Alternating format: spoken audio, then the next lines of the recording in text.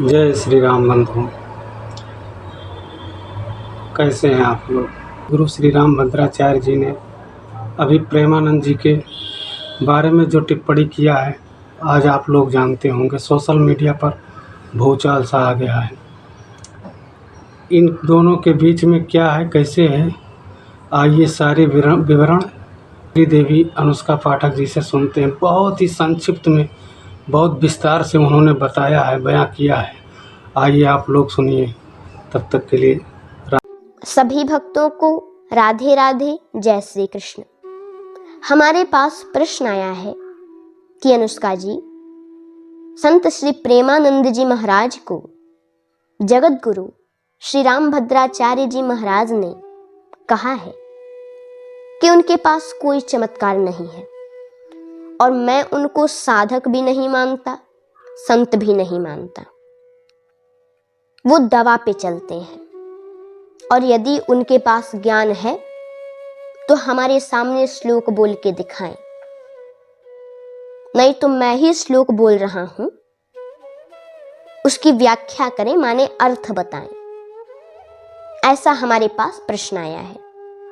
तो आज मैं आप लोगों को बताऊंगी कि किसी को भी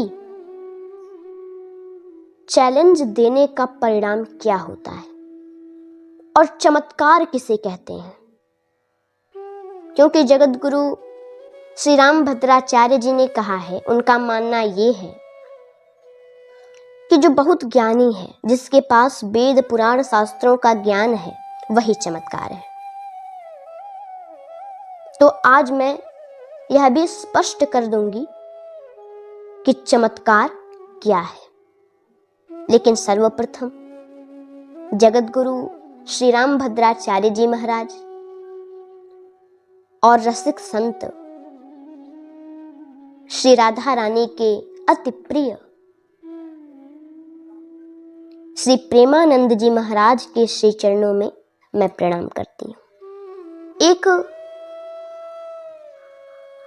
कश्मीर नगरी में परम विद्वान तैयार हुआ। कश्मीर कश्यप जी और मां सरस्वती की जन्मभूमि है। सरस्वती माता की जन्मभूमि, जो सरस्वती माता यदि किसी पर कृपा कर दें तो सभी वेद पुराणों का ज्ञान उस व्यक्ति को हो जाता है। उन्हीं सरस्वती माता की जन्मभूमि पर एक परम विद्वान नवयुवक तैयार हुआ। वेद पुराण, मीमांसा, दर्शन, सबका परम विद्वान, परम ज्ञानी, कश्मीर से सबको हराते हराते पूरे भारत में भ्रमण किया और बड़े से बड़े विद्वानों को हराया। लेकिन हराते हराते हराते हराते विश्वनाथ जी की नगरी काशी में पहुंचा, और वहां पर अब आप लोग जानते ही हैं, परम विद्वान वहां भी वास करते हैं। वहां गया, वहां भी सबको चैलेंज किया, सभी विद्वानों को, कि कोई भी आए और हमसे शास्त्रार्थ करे। अब वहां के भी विद्वान कम थोड़ी ही है।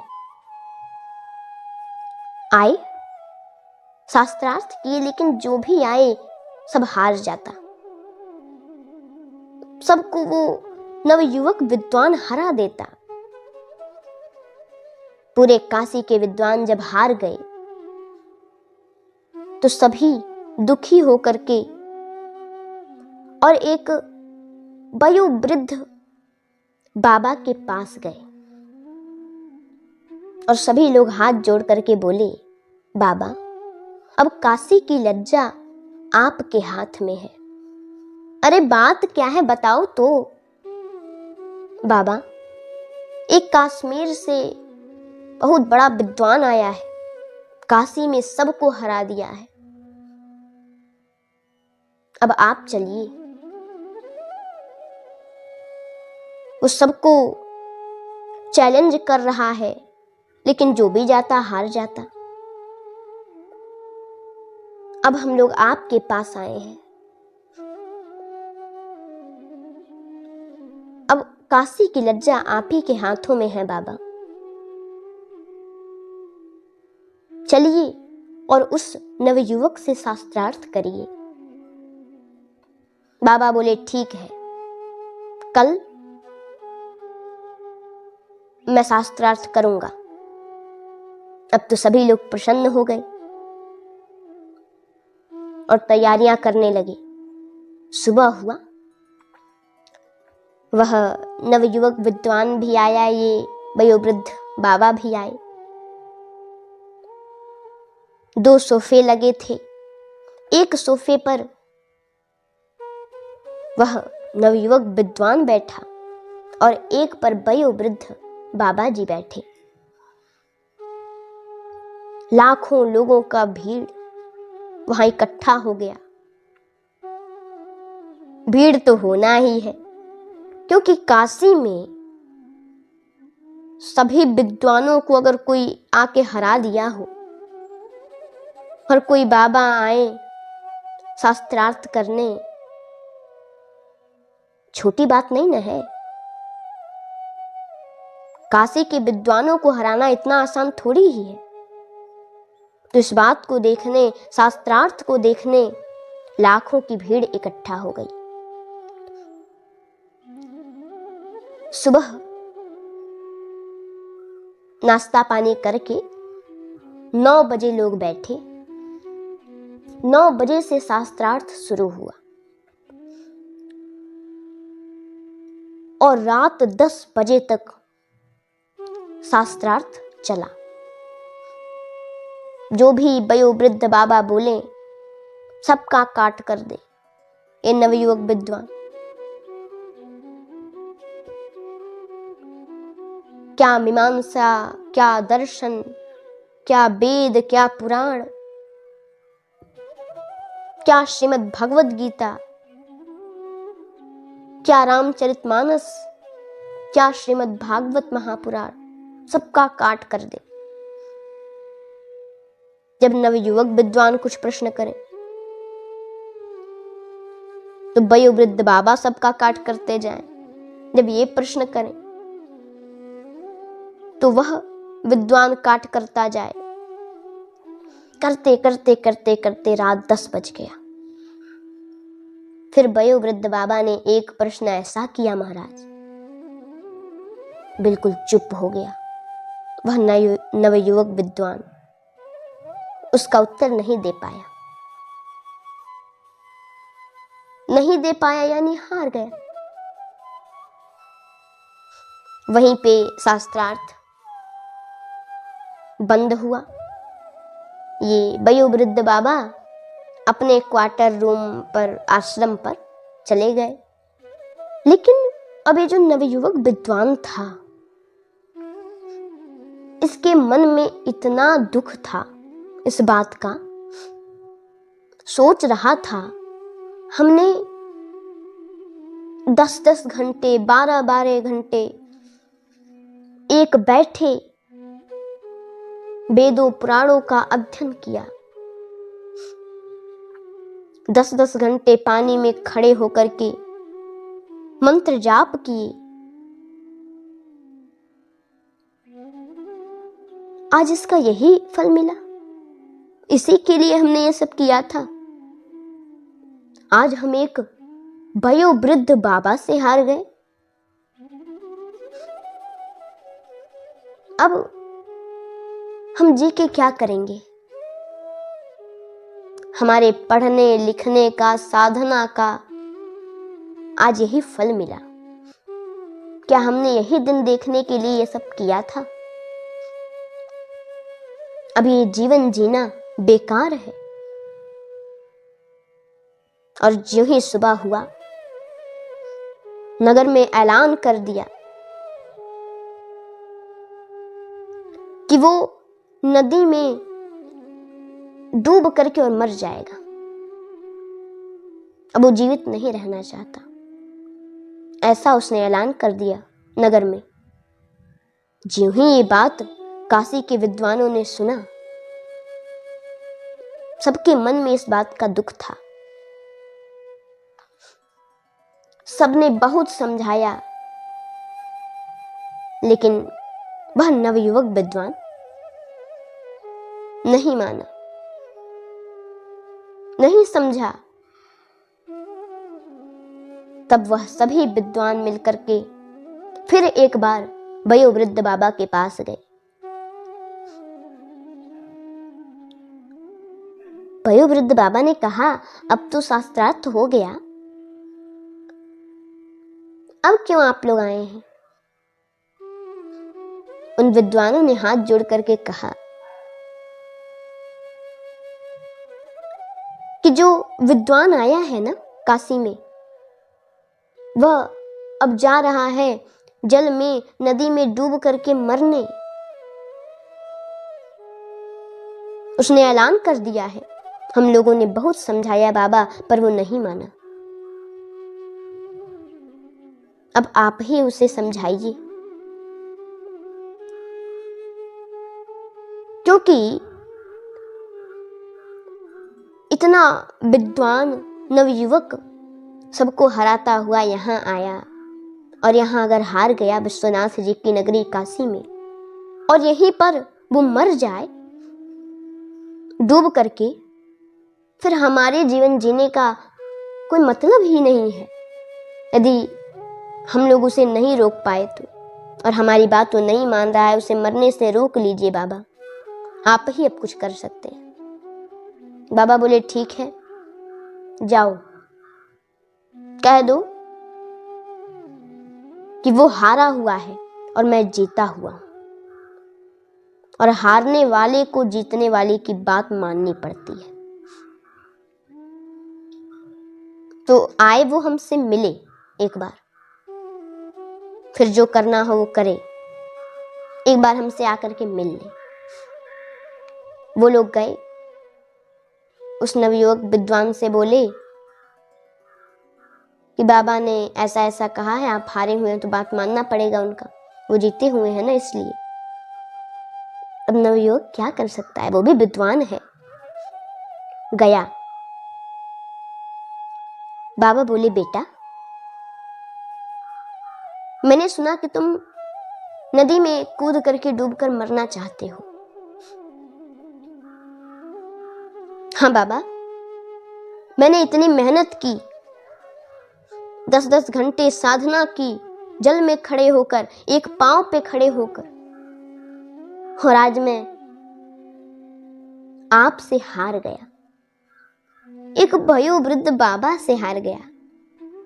अब मैं जीना नहीं चाहता, अब मैं मर जाना चाहता हूं, इसलिए मैं मरना चाहता हूं बाबा, अब मैं मर जाऊंगा। तब बाबा ने समझाया, बेटा देखो तुम हारे हुए हो, तुम विद्वान हो, हमारी बातों को समझ सकते हो, तुम हारे हुए हो और मैं जीता हुआ हूं, मेरे बातों को मानना तुम्हारा धर्म है। और तुम क्यों हार गए, तुम्हें मालूम है? तुमने शास्त्रों का, वेदों का, पुराणों का अध्ययन हमसे ज्यादा किया है, लेकिन कहीं न कहीं बेटा अनुभव में मैं तुमसे ज्यादा जानता हूं, क्योंकि मेरी उम्र तुमसे कहीं ज्यादा है। तुम्हारे जैसे तो हमारे पोते हैं, नाती हैं,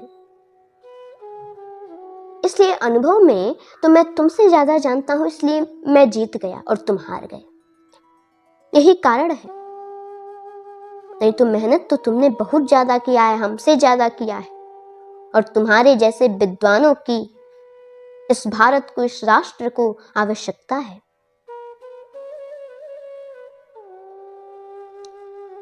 तुम मत मरो,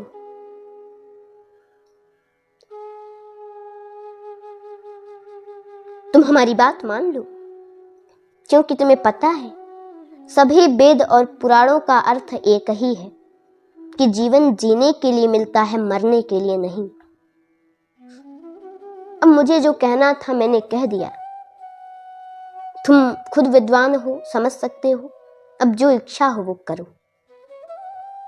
वह विद्वान प्रणाम करके वहां से चला गया। उसको शिक्षा मिल गई, वो प्रसन्न हो गया और वहां से चला गया प्रणाम करके। लेकिन जब सभी लोग चले गए तो ये वयोवृद्ध जो बाबा थे उन्होंने अपने रूम का दरवाजा बंद कर लिया और बोली कि आज मेरे वजह से, मेरे बाणी की वजह से यह परम विद्वान युवक मरने पर उतारू हो गया। मैं इस वाणी को लेकर, इस जिह्वा को लेकर क्या करूंगा? और ऐसे ज्ञान से कोई लाभ नहीं है जिससे कोई मरने पर उतारू हो जाए। और उन्होंने एक लकड़ी लिया और चीर करके उसी से अपने जीभ को बांध लिए। उन्हीं का नाम पड़ा काष्ठ जिह्वा स्वामी। तो इस कथा से हमें क्या शिक्षा मिलती है कि कभी भी किसी को चैलेंज ना करें और बाड़ी कभी भी मधुर बोलें, क्योंकि मधुर वचन है औषधि, कटुक वचन है तीर, श्रवण द्वार है संचरे, साले सकल शरीर। एक बात और कि उद्धव जी बहुत बड़े विद्वान थे, लेकिन जब वृंदावन में गए गोपियों के पास तो उनके वार्तालाप को सुन करके और उनके प्रेम के कारण इतने बड़े ज्ञानी उद्धव को वहां झुकना पड़ा। और आते समय वो गोपियों को नहीं प्रणाम किए, गोपियों को नहीं, उनके चरणों को भी नहीं प्रणाम किए, उनके चरणों के धूल को प्रणाम किए उद्धव। तो कहने का मतलब कि भक्ति सर्वश्रेष्ठ है और प्रेमानंद जी महाराज भक्त हैं। तो जगत गुरु श्री राम भद्राचार्य जी महाराज से निवेदन है, और भी जितने लोग हैं सभी लोगों से ये निवेदन है, संत श्री प्रेमानंद जी महाराज के बारे में ऐसी बातें ना करें। और मैं यह भी बता दूं कि चमत्कार किसे कहते हैं। तो चमत्कार उसे नहीं कहते कि वेद पुराणों का, उपनिषदों का ज्ञान हो। व्यक्ति वेदों पुराणों का विद्वान हो, इसे चमत्कार नहीं कहते। चमत्कार तो उसे कहते हैं कि इस कलयुग में, इस कलयुग के प्रकोप से ग्रसित मनुष्य भक्ति करे, निस्वार्थ भगवान से प्रेम करे, चमत्कार तो इसे कहते हैं। जय श्री कृष्ण, राधे राधे।